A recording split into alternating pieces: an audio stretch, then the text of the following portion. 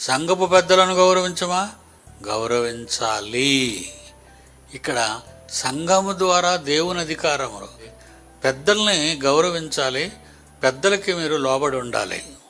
సంఘంలో ఆడవాళ్ళందరూ పెద్దలు, వాళ్ళకు మీరు లోబడి ఉండాలి. సంఘంలో పురుషులు ఎంతమంది పెద్దలు, వాళ్ళ పెద్దలు గౌరవించాలి. ఏదో పెద్దలేరా మనకి అని హేళన చేయకూడదు. హేళన చేస్తే మీకు పనిష్మెంట్ వస్తుంది. మీకు దేవుని వాక్యం బోధిస్తున్నారంటే మీకు నాయకులు వాళ్ళని మీరు ఏం చేయాలి? జ్ఞాపకము చేసుకోండి. బైబిల్ చెప్పే వాళ్ళ మీద గాని తిరుగుబాటు చేశావో నీకు దేవుని దృష్టిలో పెళ్లి జరగక తప్పదు. ఒకవేళ కాపరులే అన్యాయంగా ప్రవర్తిస్తున్నారు అనుకోండి, మీ ఎడల మీకు పెద్దలుగా ఉన్న వాళ్ళే అక్రమంగా ప్రవర్తిస్తున్నారు అనుకోండి, సంఘం ఎడల, సంఘ సభ్యుల ఎడల, దేవుడు ఏమంటున్నాడు? నా జీవముతోడు నేను ఆ కాపరులకు విరోధనైతిని. నా గొర్రెలను గూర్చి వారి యొద్ద విచారించదను. వారు గొర్రెలు మేపుట మాన్పించుతాను. ఆ పదవుల్లోంచి వాళ్ళని తీసేస్తాను. అందుకే నేను కొంతమందిని తీసేస్తూ ఉంటాను. ఎందుకు? నేను తీసేయటమే మంచిది, తొందరగా వీళ్ళు సేవ్ అయిపోతారు.